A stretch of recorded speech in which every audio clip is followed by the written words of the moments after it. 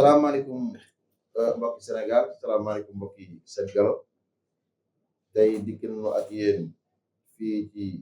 bureau CNG parce que ne jàkkaarloo ak nga xamante ni mooy docteur Bassirou Fall docteur Bassirou Fall nag bu ñu ko waxee dootuñu ko présenté ci kenn ndax yàgg na ci milieu élevage yor na équin ay at tey di yàlla dogal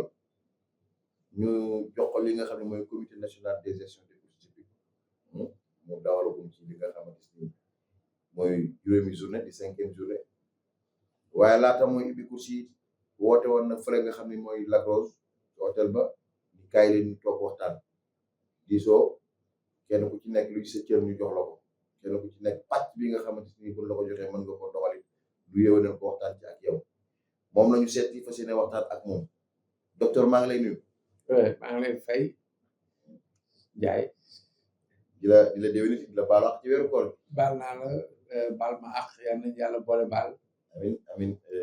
gis nañ ni bokku ci beeg léegi yaa ngi ci 5e journée waaye laataa loolu dañuy laaj kan mooy Bassirou Fall. yow yàgg nañ xamante yàgg nañ si milieu bi. waaw man maa ngi tudd Amadou Bassirou Fall di docteur vétérinaire. maa ngi ñëw ci course yi comme jeune vétérinaire en 1989. nekk adjoint chef du bureau du cheval. en 92 ci lañ ma nommé chef du bureau du cheval. boobu direction bi mi ngi nekk fële en face Dantec. direction de l'élevage. ma ni man de sas nañ ma parce que fekkuma fi daanaka dara. et que donc il fallait vraiment liggéey dëgg pour mën a tabax filière. waaw boobu kayitu juddu fas amul. amul woon presque benn texte sinon texte 1961 waaw nga xam ni kon yàggan na ci saa see man daal di commencer organiser filière bi di góorgóorlu ci noonu di ci avancer ba bi ñuy agsi 2005 ñu créé PRODEF projet de développement de la filière équine. Après en 2008 docteur Oumou Khayri Gaye Seck nekk ministre de l'élevage boobu Macky Sall premier ministre la ñu créé direction de l'élevage équin, direction de l'élevage du cheval. Après ñu ni non ñu ni direction de l'élevage équin. Après Macky Sall ni dañ ko tuddee direction du développement des équidés pour dugalaale si mbaa bi. D'accord waaw donc yor naa direction boobu 13 ans soo ko dem retraite yoo retraité après Nations Unies jël ma FAO ma def fa 4 ans ba ci octobre 2025 bi ci la sama contrat jeex foofu janvier madame le ministre de la jeunesse et des sports nommé ma moom ak ministre de l'agriculture Mabouba Diagne président du CNG. Voilà donc sama jaar-jaar ci biir 30 ans yooyu nag mën naa ne li am ci fas ci Sénégal yëpp man maa ko def. macha allah waaye loolu moom. macha allah je suis le bâtisseur de la filière équine au Sénégal parce que biñ ma koy joxe amul woon dara. il a créé téere ràññee ak jaar-jaar wér-gu-yaram livret sanitaire. d'accord et signalétique. mooy téere bu xonq boobu. waaw après man defar CO mooy CO temps yi mu nekkee ñaari xob. après ñuy avancer si noonu may wër di recenser fas yi ci écurie yi ku ne di ma wax sa fas bi demi cent la bi 3/4 la bi 7/8 la ma dem ba am base de données boo xam ni ci laa doon sukkandiku pour que su fas juddoo bu dee papa ji pur sang anglais la yaay ji nekk 3/4 ma ni kon moom 7/8 la. d'accord defal ko kayit juddu jox directeur élevage mu signé. mooy sew mooy CO bi. d'accord léegi nag may dem France di ñëw dem def formation bu pointu institut du cheval en France def naa lu ëpp 20 formations en France. macha allah ci affaire fas. macha allah waaw donc gestion administrative de l'élevage équin mission de génie hippique mooy affaire tabax bâtiment yi loolu maa ngi ko defee Lyon d'Angers section technique des équipements hippiques du Lyon d'Angers def naa fa benn mémoire après diplôme chef de centre bi Ensuite, j'ai fait vraiment toute la la Bretagne. Ouais, Hennebont, Quimper, Lorient, Brest. Après dem Rennes, de stage. Dem Pompadour, SIR, foofu la nekk système d'identification répertoriant les équidés. Donc foofu la ñuy defaree kayitu juddu parce que nekk France yëpp. D'accord. Ma def fa ay stage plusieurs fois. Après fi ma gën a yàgg nag mooy Haras du Pin en Normandie parce que foofu la Institut du Cheval nekk. Foofu de Paris. 2001 non Normandie en Normandie c'est dans le Orne le Calvados. D'accord. waaw foofu laa def 6 mois def diplôme national signé par sama diplôme c'est signé par le ministre de l'Agriculture de France. Macha Ça veut Allah. dire que mën naa fa liggéeyee quoi. D'accord. kon daal yow dafa mel ni parti gi la jox l'école. Après ça am na leneen lu important ci sama dund mooy affaire communication au niveau du ministère. Géré naa lu ëpp 10 ans 15 ans communication ministère élevage. D'accord. nga xam maa doon defar tout ce qui est salon foire salon de l'agriculture Paris wala Meknès wala Abidjan ba pare organiser naa 9 fois journée nationale de l'élevage. Macha Allah. waaw journée nationale de l'élevage événement bu ndaw la woon nii mais à force ñuy góorgóorlu di liggéey dem nañu ba mu nekk deuxième cérémonie bi nga xamante ni mooy ñëw après fête de l'indépendance 4 avril. D'accord. 4 avril bu rombee journée élevage moom mooy journée bi gën a rëy xam président day ñëw toog 4 heures de temps di saafonte ak éleveurs yi visiter salon génn fa dugg ci chapiteau bi ma tegal ko 6000 personnes ci benn chapiteau ñëpp takk bat ñëpp toog vraiment dans la discipline ñu wax ko seeni tawat mu def ay proposition de solution. Donc c'est à peu près ça man nag bon li ma jàpp sama bopp mooy taalibe tarbiya. taalibe tarbiya man nga jaar yëpp taalibe tarbiya laa quoi. C'est-à-dire j'ai dédié ma vie à la nation. ñun bi ñu nekkee xale dañ ni nous sommes des soldats de l'Afrique. Afrique pauvreté bi mu nekk ak sous-développement bi mu nekk ñun ñoo ko war a développer. Donc mentalité boobu la ñu génnee école vétérinaire daan liggéey sans calcul. waaw daan liggéey sans calcul. Il fallait être rigoureux, il fallait être incorruptible, il fallait être travailleur, il fallait vraiment être discipliné, poli pour mën a di digaale ak sa ay kilifa yoo xamante ni ñoo la mag fuuf mais yow yaay natt fas yi natt bi nga war ko teg ci yoon ku ne nga jox ko li mu am mu wóor la ni yow li ngay def ni ëllëg yàlla dina la sa àtte te xam nga li yàlla wax ci di peese di sàcc wala di nattal nit di sàcc donc loolu moom visa direct safara donc esprit boobu laa ñëwee woon ci course yi ma ne nag man dama war a tarbiyu filière fas pour mën a jóg et ci laa tabax Ara Kébémer en 2002 2003 2004 man maa def conception bi 8 mois fii ci Atepa dessiné ko def suivi des travaux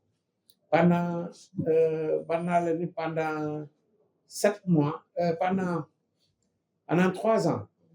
tous les jeudis dama daan dem Kébémer visite de chantier 3 ans tous les jeudis dama daan dem foofu après au niveau de l'élevage dem si yàlla Moustapha Ba ministre des finances ni ma yow ak ni ma gisee sa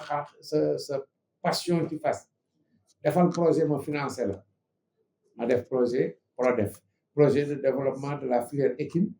mu financé ko et ci la tabax Ara Thiès Ara Kaolack Ara Mbacké Ara Daara yooyu yëpp maa ko tabax dugal fa ay fas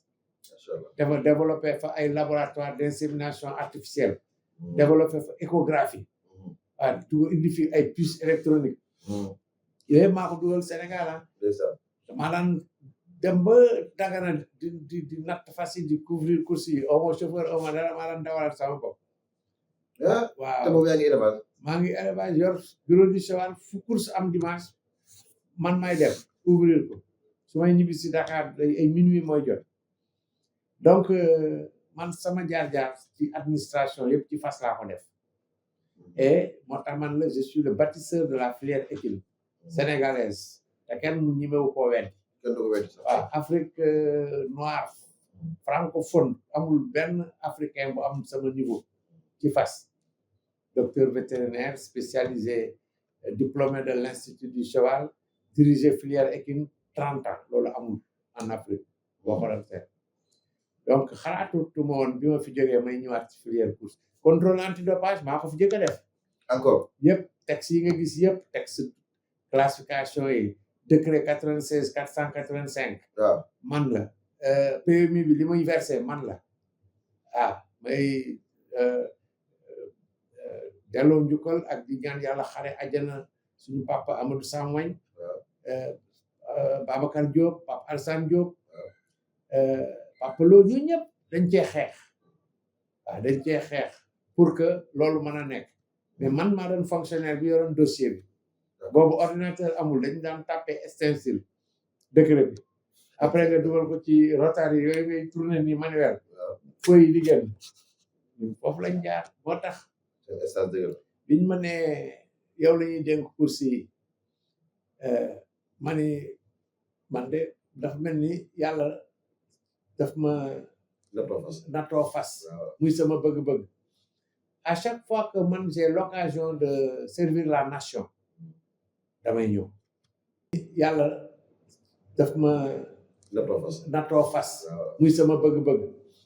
à chaque fois que man j'ai l'occasion de servir la nation damay ñëw man je suis un homme de devoir parce que àddina waayukaay laaxira la lii tax duñ la fàtte mooy li nga fi def ci lu baax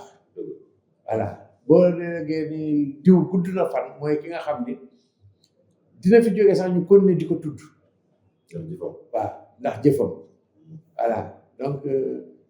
pour man je suis fier d'avoir été le bâtisseur de la filière équine sénégalaise léegi nag côté élevage laa géré loolu yëpp en sachant que maa ngi woon en collaboration avec les gens des courses CNG j'étais membre du CNG mais aujourd'hui je suis le président du CNG donc vision bi ma amoon ci développement course léegi nag je suis aux commandes pour dérouler ça mais ni ma gisee adduna bi mooy aujourd'hui ak comme manti doon suñ la fale da ngay woo nit ñi nga xam ni ñoom la yàlla booleel ngeen di décider loolu lu ngeen di def ngeen waxtaane ko d'abord ku ne wax ci xalaatam loolu mooy approche One Health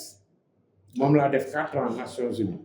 One Health c'est une approche multisectorielle pluridisciplinaire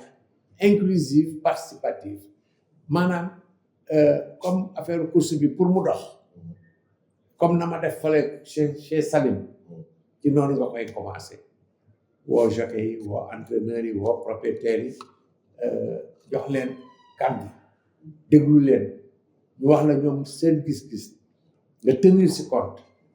soo demee doo juum waaw loola tax nag ma ni la bon man ni ma gisee affaire yi approche One Health moo mën a tax àddina bi ñuy am ndam quoi mooy àndandoo xàccandoo dóorandoo waaw jërëjëf àndandoo xàccandoo dóorandoo ñoo ngi toog ak suñu confrère Diagne Mour moom tamit ñu yëngu ci wàllu élevage ñu war a ñëw ñu war a seq waxtaan wi man ak moom ci laaj jëmale ko ci yow lu bàyyi ko moom it moom def présentation am na ay questions yu mu la war a laaj bu defee ñu ñëw ci yenn questions yi nga xam moom lañ fi amee merci Cheikh Ndiaye docteur Bassirou ñoo lay ziar bu baax sant bee ko yàq Fall macha allah rafetlu nañ li nga xamante ni moom lañ jot a déglu aussi li nga xamante ni mooy jaar-jaar bi nga xamante ni am nga aussi monde élevage en général ndax tey ku xool sa CV man bi ma ko yónnee ma lire ko damay wax ni vraiment c'est un homme bi nga xamante ni tey war nañ ko ñaanal suñu borom dafa ko ca parce que c'est une bibliothèque ndax boo xoolee tey aara yi ñuy ndamoo yëpp nañ wax ni en partie bu si bari si sa loxo bii nga xamante ni moom nga ko yàlla jaarale ba tey tax na tey jii nit a ngi dem croiser ay fasam si juddul si jaay ay millions kon grâce à toi donc ñu ngi lay féliciter bu baax a baax a baax a baax question bi ñu lay njëkk a laaj rek mooy en tant que homme du sérail ñu miin bi nga xamante ni mooy milieu bi ñu xam ni milieu course milieu la boo xamante ni milieu à part milieu bu bëri ay jafe-jafe milieu bu bëri complication tey ñu nawee koo xamante ni amul fas dawalul fas loolu mu nekk loo xamante ni du am conflit d'intérêt par rapport ak li nga xamante ni moo fi daan am. ñu gis ne dañuy nawee président CNG mu am écurie di dawal ay fasam loolu tey en tant que acteur ban jàngat nga si am loo xamante ni war nga ko fi mën a teg nga xamante ni tey coow la. jërëjëf man dama yàgg wax ni course du avancer tant que ñi jiite course dañuy dafa am dañoo nekk ay borom fas parce que wax nga ko conflit d'intérêt day am on ne peut pas être juge et partie. mënoo di dawal ñu toog ñu war a sanctionner sa jockey mu wóor la ne yow bu la dawalul dimanche prochain grand prix du chef de l'État sa affaire du baax ngay bàyyi mu jàpp da ngay insister pour ñu baal ko et tant que yooyu mi ngi fi doon am du sotti man oma fas amaanu ma fas donc je suis un technocrate et pour moi il faut une gestion professionnelle de la filière pour induire son développement harmonieux. Aujourd'hui, il s'agit de faire en sorte que toutes les composantes de l'activité hippique, élevage, course, sport équestre, le moteur financier, la LONASE, travaillent ensemble pour créer une synergie hippique. L'État devait être le chef d'orchestre, en l'occurrence la direction du développement des équidés, que j'ai créé, que j'ai occupé 13 ans. Après, du moment retraité, Alphonse Diel le relève. Pour moi, si on veut développer les courses, il faut agir sur l'élevage, il faut un élevage performant, il faut un moteur financier, en l'occurrence la LONASE ou l'État, il faut des infrastructures hippiques adéquates, hippodrome, Sénégal amul hippodrome. C'est un stade omnisport, le gars il dit, le maire de TSS, contenant 10 terrains de football à l'intérieur, un terrain de volley, un terrain de basket, un terrain de handball. Donc, il nous faut un hippodrome à nous. Il sera polyvalent, certes, mais sous nos lieux les donne à ben lieu boo xamante ni pour course la ak keneen ku fa course xajal mais duñ ko xëccoo ak làmb ji wala ak nawetaan yi wala ak booy juddu bu foofu gis nga même suñu matériel bi dañ koy yàq quoi ndax xale yi bu ñu école yi ne foofu yëpp foofu la ñuy defee seen éducation physique donc il faut un élevage performant un moteur financier des structures adéquates mooy infrastructure hippique yi bu mujj bi mooy la formation dans les métiers du cheval. Il faut que les acteurs soient des professionnels. Jockey yi gis nga dañuy dàq nañ keroog benn fas parce que jockey am dafa toog monte en suspension. Comment faire en sorte que les gosses soient compétents dans la monte en suspension? Comment arriver à faire en sorte que ñoom qu'ils soient eux-mêmes les défenseurs du bien-être? Parce que ak sa fas muy naaj man maa fi jëlee woon Baye Birane xale yi daan def sax ay punaises ci seen dàll yi di jam fas bi pour mu daw plus avant course bi dama daan lamb seen dàll yi quoi xool ndax defuñ ci ay punaises. C'est pour vous dire que si on veut développer les courses il faut agir sur l'organisation et sur la discipline parce que le problème numéro 1 des courses au Sénégal c'est un problème de discipline et d'organisation. Manque d'organisation, envahissement des pistes. Voilà, vétérinaire bi wax benn écurie door dawal fas bi du daw il est inapte gars yi gëmuñu ko indi fa ay problème ba kii wala comme dimanche passé un propriétaire a bloqué les opérations de pesage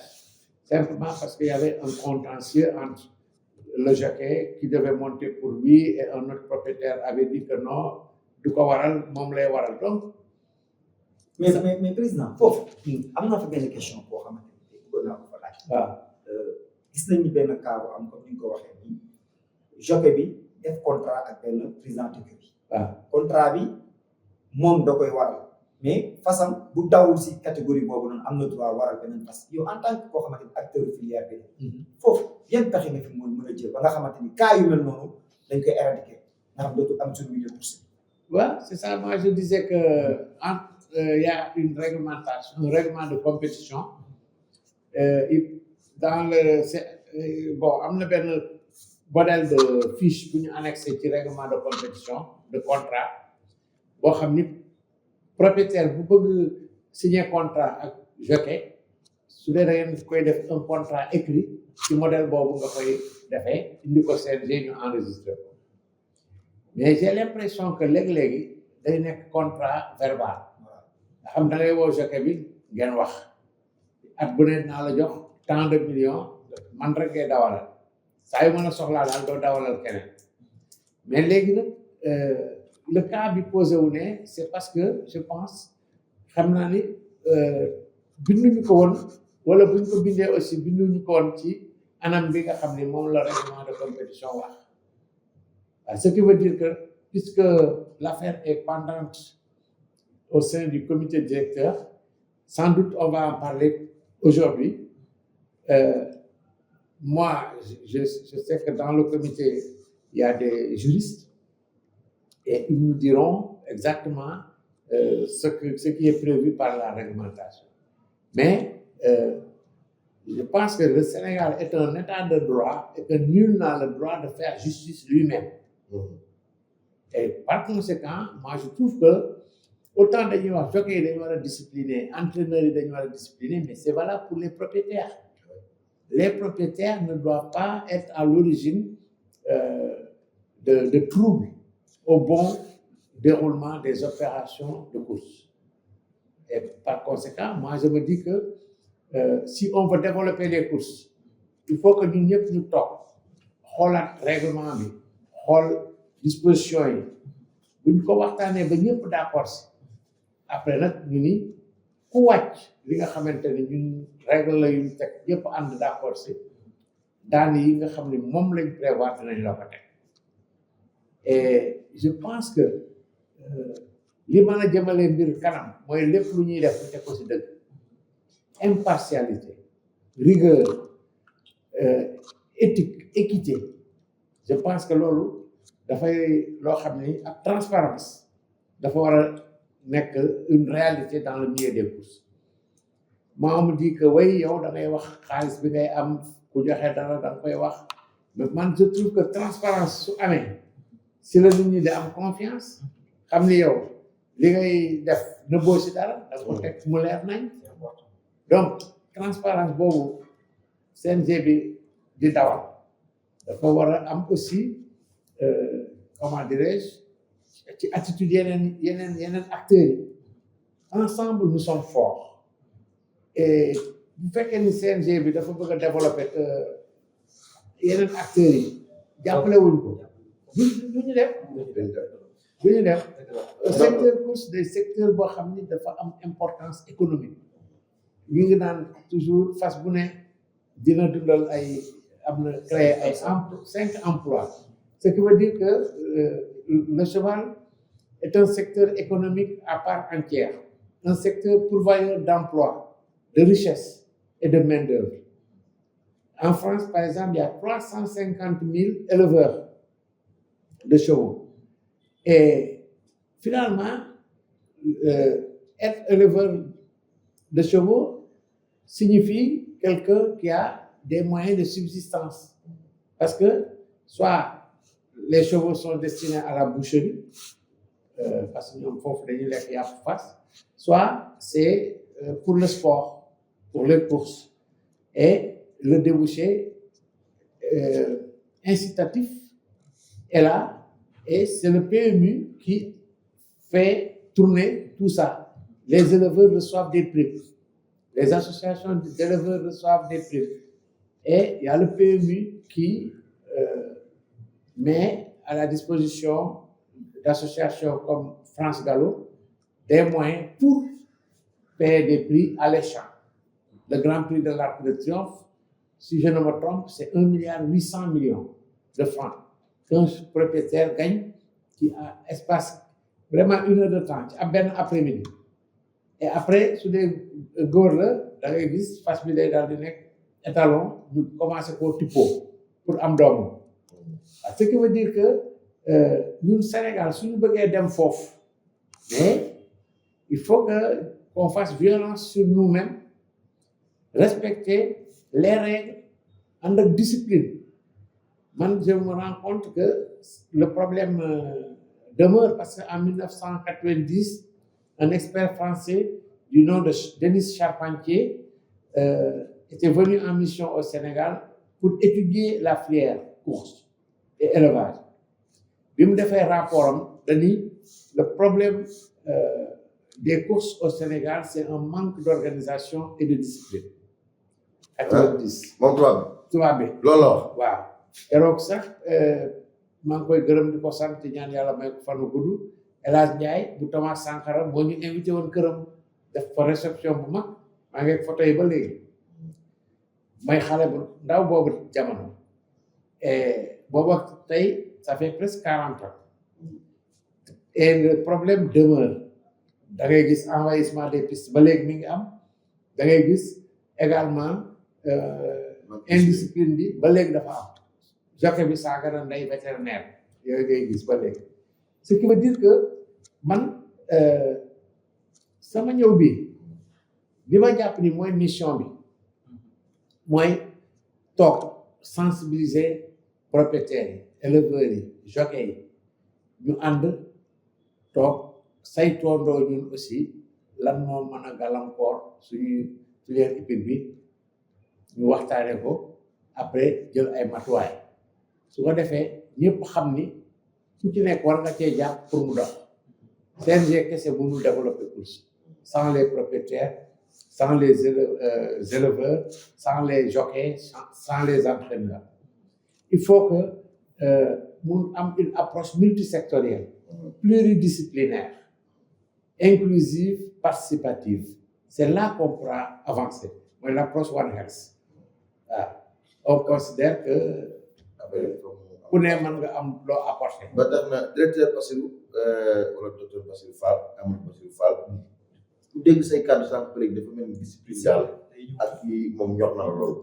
est-ce que jotul nag entraîneur yi ak jockey yi comme ni ñu ko bëggee ñu defal leen formation. c'est ça mooy levier yi ma la doon wax. élevage performant formation dans les métiers du cheval infrastructure hippique adéquate moteur financier parce que sans argent point de développement des courses. Sans argent. Ouais. Où le président doit trouver l'argent? Auprès des partenaires. Le partenaire naturel, c'est la LONASE. Moi, j'ai même pensé qu'on devait confier les courses à la LONASE. Ah bon? Oui, parce que au Maroc, c'est la SOREC, Société Royale d'Encouragement du Cheval, qui gère l'élevage, les courses, les sports équestres et le PMU. Et lui, il met plus de 15%, 20% de son chiffre d'affaires dans le cheval. Ici au Sénégal, le mois de février, on a reçu 10 millions 600 pour tout le mois. Qu'est-ce qu'on peut faire avec ça? Rien du tout. Pour organiser une course, il faut à peu près 12 millions. On reçoit 10, 600. Pour 4 dimanches. Oui, pour 4 dimanches. Ça veut dire qu'il y a un problème. Le problème numéro 1 des courses, c'est l'insuffisance des moyens financiers. Les courses devaient être financées par le PMU. La vocation première de tout PMU, c'est de contribuer au développement du cheval. Yonent bi sax mus nañ ko laaj ndax PMU araam na mu ne araamul su fekkee xaalis bi ci rote am na ci lu ñuy tibb dugalaat ko ci fas mais comme Sénégal LONASE day yëkkati ci li muy am di ñu ko jox ñun ñu koy utiliser ci fas yi di ko jox élevage di ko jox sport équestre léegi nag ñun bi ñuy xeex pour am prélèvement à partir des recettes issues du PMU on pensait au chiffre d'affaires pas au bénéfice net donc le prélèvement il doit être appliqué sur le chiffre d'affaires brut et non sur le résultat net le résultat net mooy lan li LONASE di am bu fayee location fay salaire am yi fay oto yi fay essence lay des ca la ñuy appliquer 1 ou 2% jox ñu ni non li ñu bëgg mooy bu ñu joué PMI ba teg chiffre xaalis bi yëpp chiffre d'affaires brut boobu ñu appliquer ko foofu su ñu joxee 2% dina consistant mais ñoom bu ñu fayee seen salaire fay seen charge yëpp la cay des bu ñu ci foofu la ñuy appliquer 2% ñun li ñuy jot ay miettes lay doon or yeneen structures yi les télécoms les banques les assurances les provendiers mooy ñi jaay kii les hydrocarbures ñi nekk ci essence bi les cimenteries ñun ñëpp waroon nañu jàppale borom fas yi parce que yow sa fas da nga koy loger da ngay tabax ay box booy dem hippodrome da ngay jënd carburant yóbbu ko bon li ngay gagné aussi da ngay dugal sa xaalis ci banque et cetera donc ñun ñëpp war nañu jàppale filière bi sous la forme de sponsor maintenant à nous d'aller vers eux pour essayer de les amener comme sponsor au niveau des courses ñun bind nañu lépp 60 lettres pour demander audience waxtaane loolu mais est-ce que am na ko ñu tontu peut-être kenn moo ñu tontu ce qui veut dire que ñoom ñu ngi ci yeneen discipline yi bu waaye amuñ droit di tudd société yooyu mais xam nga ñi nekk ci télécom bu ñu jàppale nga dem waaw ñi nekk ci assurance yi les grosses compagnies d'assurance même ñun jockey yi dañuy assuré fas yi dañu war a assuré oto yi dañuy assuré oto yi indi fas yi donc assurance yi waroon nañ ñu jàppale banque yi waroon nañ ñu jàppale amuñ droit di tudd société yooyu mais xam nga ñi nekk ci télécom bu ñu jàppale nga dem waaw ñi nekk ci assurance yi les grosses compagnies d'assurance même ñun jockey yi dañuy assuré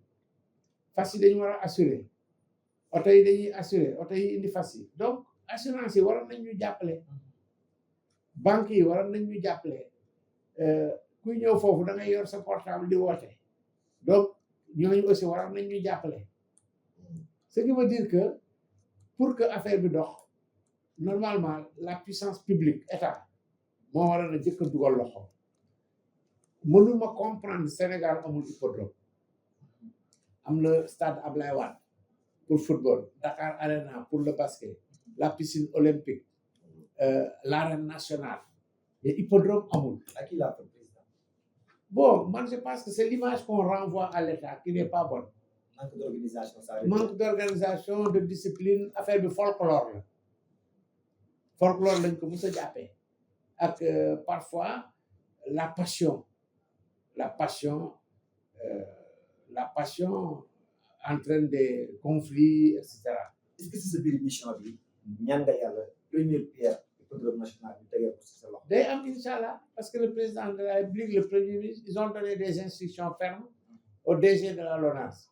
et il nous a dit qu'il a budgétisé ce qu'il faut pour l'hippodrome ci budget 2026 am. Vous avez trouvé la cible déjà? Oui, Mbourkat, oui. Ouais. L'hippodrome doit être accessible, visible, étendu. Je pense qu'il y a 25 hectares et il y a le péage qui passe à côté. Ce qui veut dire que Mbourkat correspond vraiment à un site adéquat. Mais bu lëkk lekkee alom na ko gërëme coy il faut ñu remercier docteur Toussaint Manga directeur général de la LONASE parce que ñun bi ñu ñëwee ak léegi vraiment jàppale nañu bu baax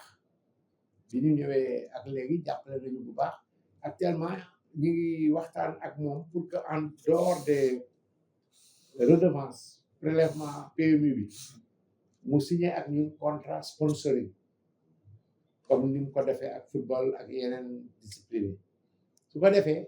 ñun en plus de xaalis bi jógee ci PMU bi dañu am ci droit moom dinañu am fu ñuy féete di ñu jox ci wàllu budget sponsoring am une bonne partie ministre bi aussi sant nañu ñu développer course mbapat yi comme ci les courses de terroir fan yi dem nañu Joal pour jéem a xool ndax mën nañ dawal foofu mais on a buté sur un problème de site bu mën a abriter course waaw am na ñu nekk Ziguinchor ñu bëgg ñu ñëw dawal foofu mais xam nga y a le problème de la distance ensuite il y a les problèmes sanitaires à la Mouzette mais yooyu yëpp ñu ngi koy étudier pour maîtriser ko avec les produits répressifs la prévention pour mais doon na nekk lu historique. Président damay rebondir foofu. waaw pour te poser une question avant de donner à ma collègue Cheikh Ndiaye. Pour la formation des entraîneurs et des sorties. Il se trouve que parce que bokkoon na si ñi nga xamante ne tey jii nii daan nañ dimbali CNG di former ay joueurs. mais dañoo gis ni faloon nañ ko si comité bi mais dafa bokk suñu démissionné. ok dans ce cas CNG bi lan ngeen prévoir si côté boobu nga xamante ni tey jii nii di ngeen loué ay partenariat ba nga xamante ni suñu jockey yi ak suñu entraîneur yi dañu leen former discipline bi nga wax noonu monte à suspension bi nga wax noonu ba nga xamante ni gën a performant. daal ñu ngi félicité Pape Seck parce que moom maa ngi ko xam bi ma ñëwee ci filière bi 89 92 temps yooyu mi ngi yoroon ay fas Magnum Tesoro am ñi muy rawateel naan fasam yi pur sang la bon man j'étais persuadé que c'était pas des pur sang donc j'avais fait des papiers CO pour war na yàgg nañ quoi 92 ba léegi bon il est vrai que Pape Seck en mérite parce que dafa pratiquement moo fi jëlee monte en assise bi indi monte en suspension il a beaucoup de mérite et xale yi yëpp këram lañ jaar et cetera ba tax na moom en fait même su bàyyi na li mu moom quoi waaw bàyyi na li mu moom donc man ni ma gisee mooy ñun dañu war a nekk rassembleur képp koo xam ne mën nañu utiliser say compétences ci domaine cheval ñu liggéey ak yow donc même su fekkee ni bokkul ci CNG bi mais continuer yor école de formation ñun dañu war a liggéey ak moom voilà dañu war a liggéey ak moom mais en plus de la formation locale on doit nouer un partenariat avec sur l'international comme Maroc comme France. AFASEC par exemple c'est l'association de formation et d'action sociale des écuries de chevaux de course en France. C'est financé à partir des billets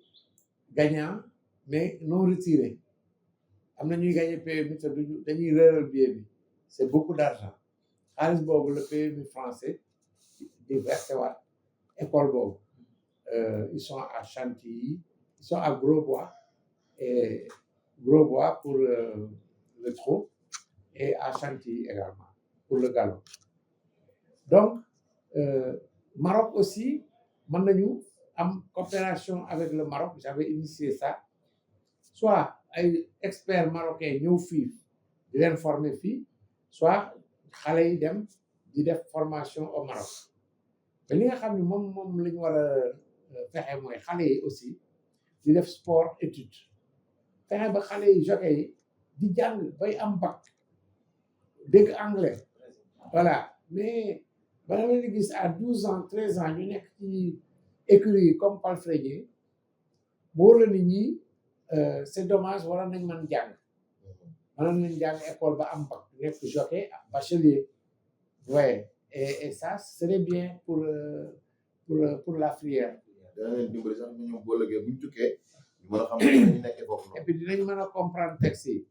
te fi mu nekk koo doon expliquer texte yi du dugg si boppam parce que jàngul mais président mu wax lu am solo texte yi parce que tey est-ce que tey jii nii jockey yi sont censés à savoir les textes par exemple écurie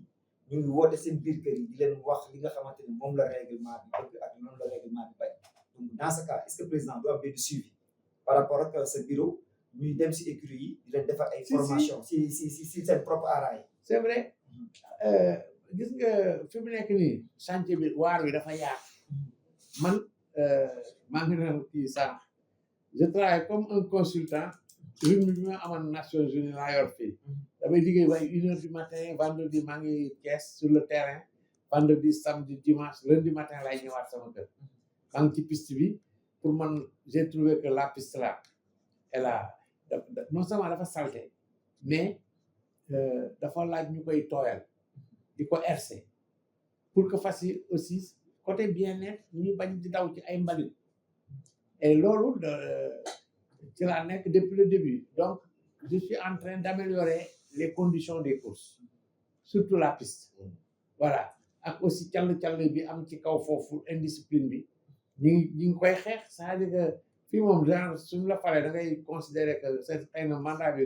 tegu semaine lay doon quoi et que le peu de temps bi nga fi nekk da ngay takk sa fit quoi def li nga xamante ni moo waaw voilà doo bañ ko la mere Sénégal tant que comprendre ñu ni discipline moo tax pays asiatique yi développé ay Japon ay Inde discipline moo tax pays yooyu yëpp Chine dem discipline waaw discipline loolu sax boo ko seetee diine yëpp a ko santaale discipline ak set waaw set ak discipline mais boo demee hippodrome ba gis mbalit bi yooyu yëpp maa koy raxas chaque samedi ak sapeur yi chaque samedi damay foofu ci hippodrome toilette yi damay dugg ba si biir gënnaat taxaw nii sapeur yi dugg ak seen rapport donc il y a des travaux à faire pour yokk diamètre tube yi évacuation yi et tout ba pare amul toilette pour jigéen ñi benn toilette moo fa am ñaar pour góor ñi jigéen ñi il faut ñu tabaxal leen à côté dégg naa maire Thiès est mi ngi teg tool yi mais xam nga woor ba yenn heure yi nga dem hippodrome di toog ci tribune nekkaat ci naaj bi bon loolu découragé nañu bëri quoi mais passion bi demee na noo xamante ni dootoo xalaat sax tool yi amul yow yaa ngi xool fas yi ci piste bi donc ñun l'appel bi ñuy lancé mooy que les pouvoirs publics sénégalais considérer que ni filière équine warul nekk parent pauvre des politiques publiques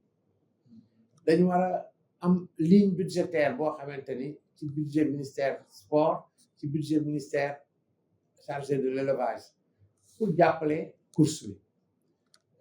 dañu war a am ay bourses pour jàppale acteurs yi nga xam ne ñoo nekk fii les commissaires doivent aller en France avec une bourse pour dem formation ñëwaat parce que bu ñu nekkee France dañuy dem ci course yi chaque week-end dinañ dem ba seen xam-xam dafay yokk et puis dañuy am beneen vision boo xam bu ñu ñëwaatee ñun ñoo ciy profiter donc il faudrait vraiment que la LONASE aussi considère que moom mooy partenaire naturel bu course hippique il faut que la LONASE soutienne de manière conséquente la filière équine pour que on puisse développer cette filière te bis bu ñu ko développer dinañ gis ni il y a plus de 100 métiers autour du cheval plus de 100 métiers te métiers yooyu yëpp dañuy jur ay emploi voilà su ko defee day am ay jockey ay palefrenier ay maréchaux ferrants ay selliers bourreliers garçons de transport tailleurs yi defar vêtements jockey yi tu vois wude yi defar harnais yi bottu jockey yi bonbon yi ñiy jaay aliment ngooñ bi bon et cetera. mais ñi si jaay aliment est-ce que mënuñu leen a seet comme genre sponsor yi. ñëpp laa bind. peut-être que liggéey bi njëkk na ma. waaw mooy dem vendredi samedi dimanche lundi Thiès. mardi nga am réunion mercredi am nga benn audience ñaar bon c'est un peu lourd. ñi fi war na nekk te nekkuñu fi dinañu yëg seen départ. bien que personne n'est indispensable. mais def ngeen si ay jéego foofu pour ñi nga xamante ni tey jii dem nañu def ngeen si ay jéego pour ñu ñëwaat ren. non dañ leen di remplacer. dañ leen di remplacer ak ñeneen waaw ak ñeneen. ñoom dañ ni bàyyi nañu ministre bi neen nangu naa ko. ministre jot na seen démission. waaw accepté na ko. accepté na seen démission. ok léegi dañuy jël ñeneen ñooñu nag bu arrêté bi génnee ba ñu ñëw. liggéey bi dina gën a woyof. dina gën a woyof. waaw est-ce que prévoir ngeen benn restaurant parce que tey dem nañ Toulouse gis nañ hippodrome Toulouse. ñoom dañuy toog di consommer di jàkkaarloo li nga xamante ni tey jii mooy course bi. mais fii gis nañ ni ku teel a ñëw jóge Louga wala jóge Mbacke boo ñëwee sax pour nga am problème bu lekk sax problème. barki démb amateurs yi recevoir naa leen audience samedi. wax nañ ma problème boobu. ndax mën nañ leen may ñu créer restaurant foofu man leen waaw ci suuf foofu dinañu dégager ay chambre foofu ay lieux locaux quoi jox leen ko ñu def ko restaurant dañ ko bëggoon def fii ak 221 di nekk ci kaw man leen foofu du mën a nekk parce que fi ngeen li ngeen bëgg ku fa nekk warul déranger 17 ans donc il faut pas que mu nekk foo xam ni buñ fa toogee di tux di déranger nit ñi wala yooyu quoi léegi dinañ leen wutal place bi ci suuf waaw dinañ fexe aussi fast food ñooñu di indi seen oto wagon yooyu ñu leen di may ñu dugg di jaay foofu waaw yooyu c'est bien possible mais ñi lakk yàpp sax dibi waaw faale yooyu jërëjëf président gis nañ ni daaw dawal nañu Kaolack dawal nañu Mbacké dawal nañu Tivaouane même Koki déggoon naa ne ñoom 5 mars bi sax waroon nañu dawal mais diggaat amatuñu ci ay écho est-ce que yaa ngi prévoir pour si nga xam ne dañ ko doon décentraliser est-ce que ren yow yaa ngi waaw ñu ngi si heureusement monsieur Fall mi ngi may dégg moom mooy programmation mais calendrier bi mu proposé ñooñu ñëpp ku nekk jox na journée waaw ba ci Koki c'est le 12 avril waaw d'accord président couche yi daal dañu bëgg xam fan nga ko bëgg a yóbbu parce que ci organisation nga ko teg ak discipline ndax amul leneen lu làqu ci ginnaaw loolu loo bëgg a def te mën a ko wax dama bëgg fexe ba course hippique fi ñu ko fekk ñu développé ko ba mu nekk fu gën a kawe fi ñu ko fekk loolu mën naa nekk mais première chose mooy état bi dafa jot pour ñu wutal ñu hippodrome national nga xam ni da ngay toog am restaurant bi am piscine bi fële propriétaires yi am nañ seen restaurant président de la République bu bëggee présider benn course mën na ñëw sécurité bi day yomb ak yëpp donc première chose il faut ñu am hippodrome national deuxièmement il faudrait que ay demi-cent 3/4 7/8 yi am fii ñu pousse leen ñu dem ci course mbappat yi ñu indi race pure PDA pur sang anglais même degré de sang même âge seule la complicité entre le jockey et le cheval va faire la différence maanaam la stratégie de course innovation donc man je suis pour qu'on développe la culture l'élevage des chevaux de race pure aujourd'hui on fait venir des étalons de pur sang anglais pour faire la remonte en sang anglais du cheptel de la jumenterie locale ça nous permet de produire des métis mais depuis 1948 ñu ngi koy def et toujours on a nos courses en file indienne ça veut dire que un 3/4 ak un 7/8 ak un demi-cent bu ñu àndee di daw foofu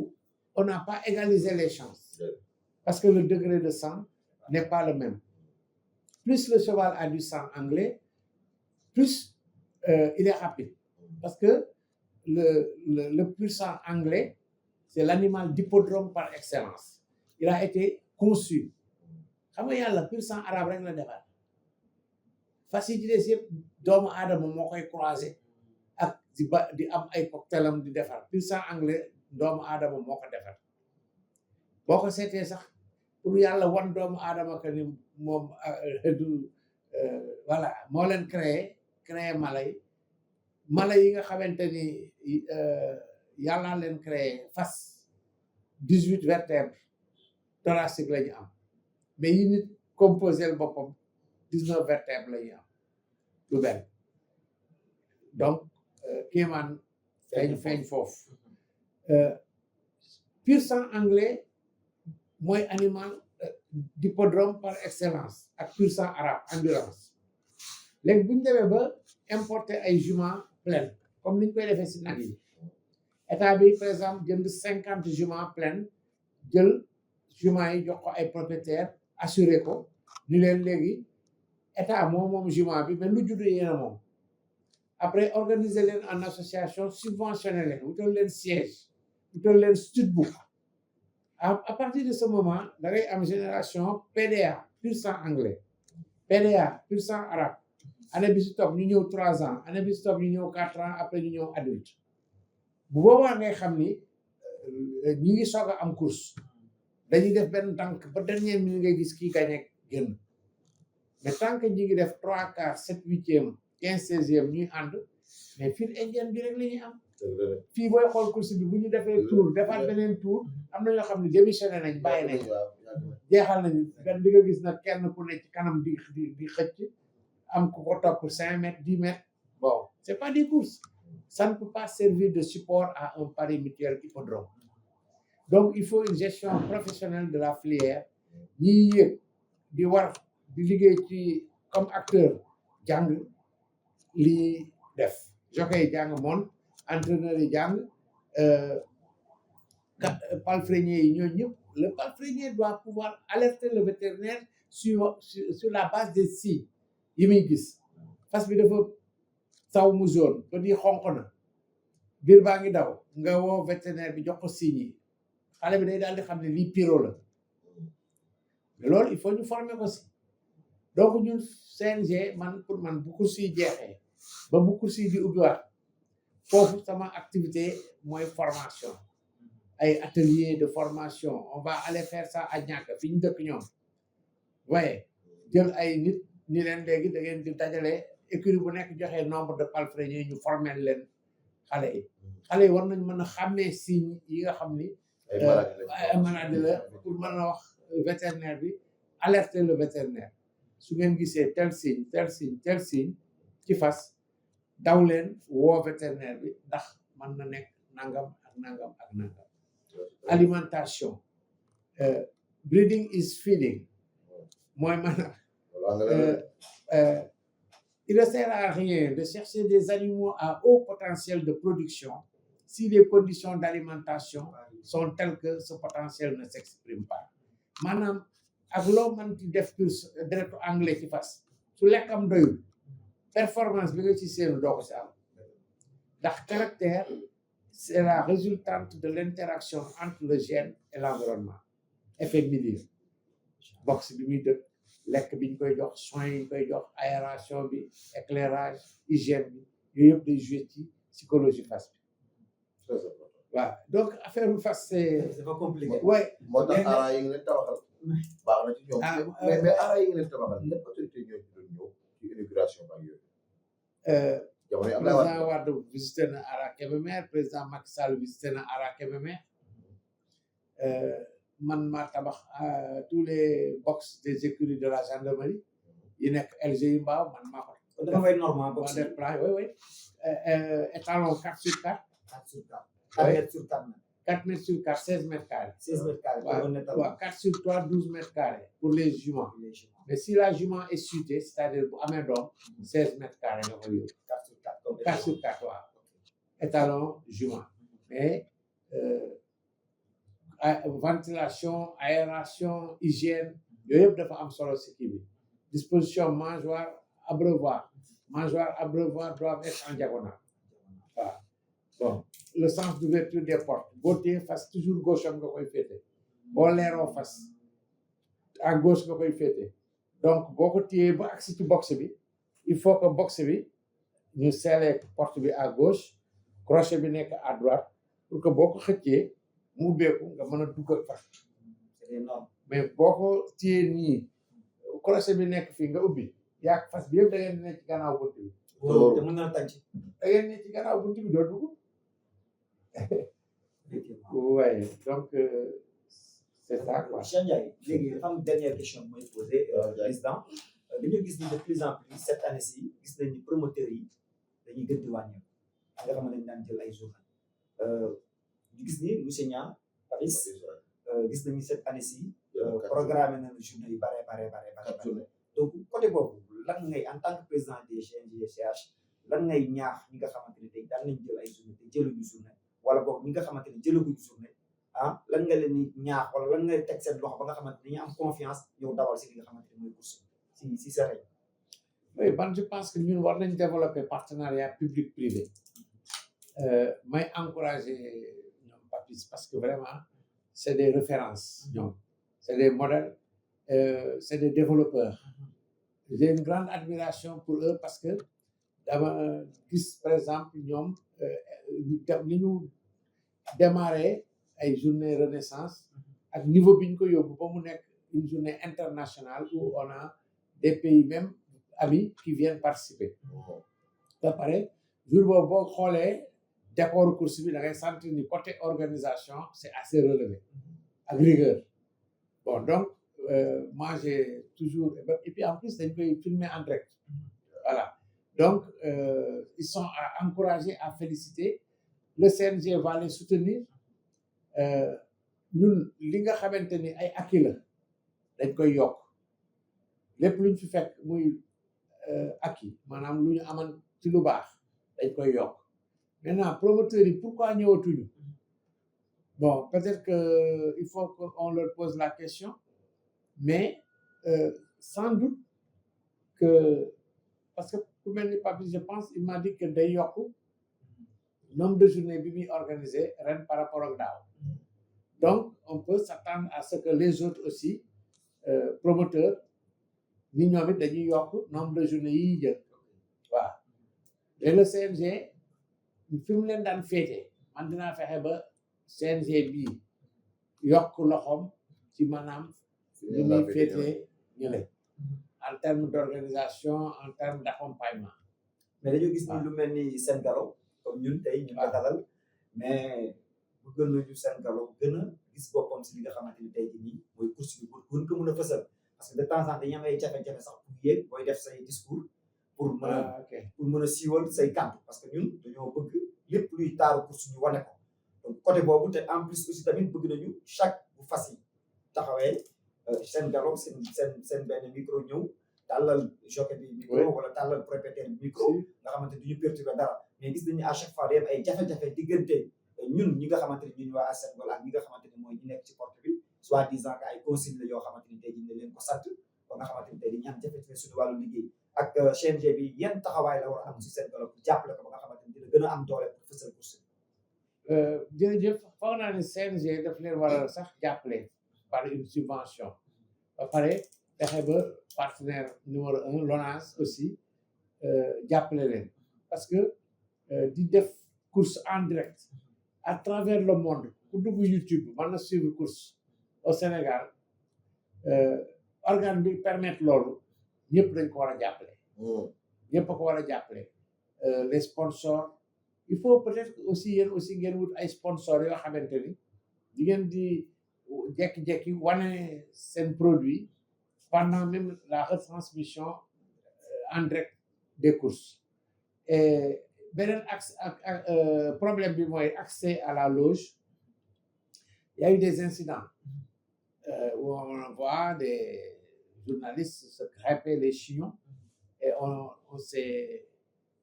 dit tiens peut-être qu'il faut que le micro soit remis au commissaire pour que le discours qui sort soit technique voilà léegi loolu moom moo doon décision bi après ñu ne léegi dañuy wàcce ñëpp ci suuf créer leen podium donc on vient de démarrer mais la finalité c'est de faire en sorte que ci kaw a kaw même yéen sax ñu ngi naan ngeen nekkan ci kaw moo gën ci yéen parce que fi ngeen nekk ci suuf noonu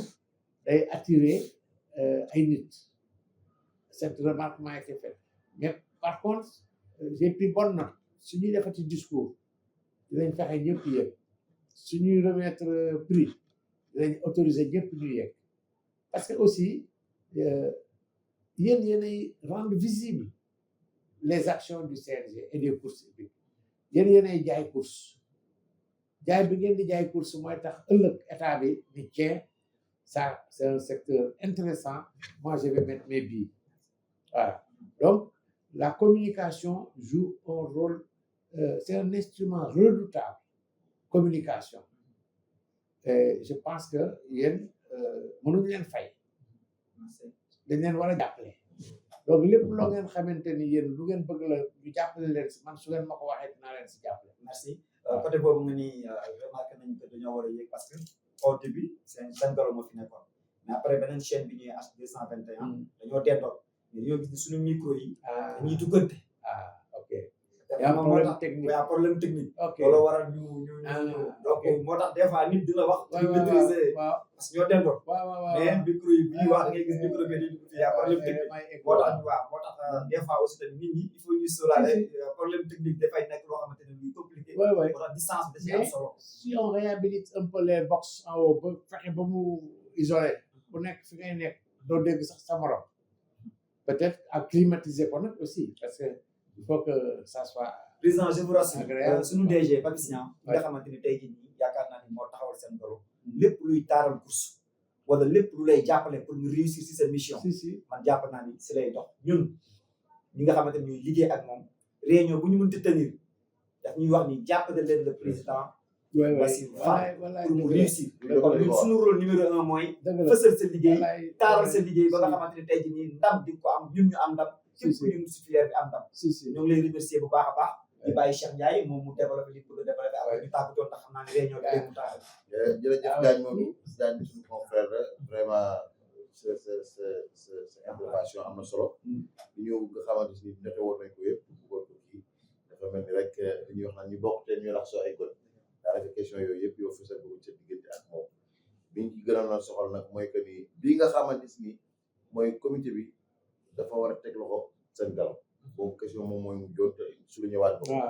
donc xanaa mu gën ci indi ay leeral rek parce que wax na ci ñu ñuy jàppale mais diggante bi nga xam ne da ko war a doxal ci diggante ak seen galaw comité bi ak seen galaw bi nga xam ne mooy lépp loo xam ne ci communication wala visibilité ci wàllu aussi leeral dañ ci bëgg gën a amaat rek parce que des naa leer man samay bopp non xam nga yéen da ngeen yor outil boo xam ni normalement chaque année chaque jour da ngeen di fexe mu gën a performant donc ñun ci anam boobu bis bu marché neexee dinañ leen woo ñu leen ñun de am nañu moyen wu jàppale leen ban anam ngeen bëggee ñu jàppale leen par exemple ci waxtaan boobu ci la ñuy xamee ni yéen bëgg ngeen ku leen jàppale côté bi soit c'est du matériel technique soit c'est une subvention pour aider à prendre les charges liées au fonctionnement voilà CNG war na mën a jël oto jëndal ko seen galo par exemple bien que ñun amaguñu oto waaye ci yéen rek yéen ak bëgg lu baax c'est ça yéen ak bëgg lu baax question numéro yi lan nga bëggoon ñun tey ñu laajoon la ko te jot ñu ko bind loo xam ne bëggoon amoon nga yéene wax ko askan wi nga xam ne ñoom nga jiite xam ni kat Bassirou wala président dernier mot waaw sa dernier mot maanaam non man dama bëgg a nit ñi comprendre que man je suis un homme au service du cheval on dit sax wu ma ko de musuma woon xalaat dinaa ñëwaat fii ministre bi moo ma woo wóolu ma ni ma dama laa bëgg a dénk lii ñu la doxal man au départ je me dis mais attends man ce milieu là ma def fa 30 ans di fa delluwaat te c'était pas facile dans la mesure où mon défi c'était quel que soit durée bu ma fii mënti def bu may dem bëgg naa yóbbaale sama ngor donc sama bataille sama combat loolu lool ñëw fii ak sama ngor génnaat fi ak sama ngor et ça a duré 30 ans donc 30 ans de combat jaddu nafsi xam ni da ngay safoonu la soof ngir sa borom ba pare doylu ba pare di liggéey nag chaque jour ñuy gis sa résultat donc attitude boobu ma aman moom laa amaat fii man ñëpp a yem si man waaw j'aime pas l'injustice il y aura transparence impartialité rigueur éthique équité waaw man loolu laa fas yéene dawal ba pare nag il faut une gestion professionnelle de la filière équine si on veut induire son développement pour ça il faut que nous développer formation dans les métiers du cheval il faut que une fois qu'une réglementation est prise ñu appliquer ko ensuite il faut qu'on soit généreux générosité bi mooy lépp loo xamante ni ñun xalaat nañ ni mën na yokk ñi ñu nekkal ñu defal leen ko li ñuy am ci xaalis c'est pour redistribuer ça dans le milieu sous forme de prix man bëgg naa grand prix chef de l'État rapidement mu dem ba ay 50 millions 100 millions nga xam ni ça va attirer surtout su tombé ñuy dawal race pure maanaam né et élevé tout produit né et élevé au Sénégal court tubaab yi da ngay daal di gis ñu ñëw bokk tubaab yi ñëpp a ñëw bokk parce que dañuy am ay pur sang ay né élevé la ñu wax donc tu peux avoir ton couple de pur sang nga teg leen fii ñu juddu doom bi ñëw daw mais élevé. Et ça va être une sélection naturelle. Les demi-100, 3 quarts, 7 huitièmes dañuy pousse dem Mbapat léegi nga xam ni léegi da ngay am écurie Daara da ngay am écurie Waalo da ngay am écurie feneen après léegi du tee di nga tawal Dakar ci course nationale yi ay pur sang mais da ngay am écurie bu nekk Jolof nga yóbbu fa ay El Capo ay ñoo ñëpp dem foofu di gagné ay 5 millions 4 millions 3 millions fii ñuy gagné ay 10 jëm 30 jëm 100 et c'est ça qui le développement c'est ça. mais président da nga wax léegi sama xel absolument dem day baal ma de mais donc on a toujours des difficultés si contrôle antidopage à chaque année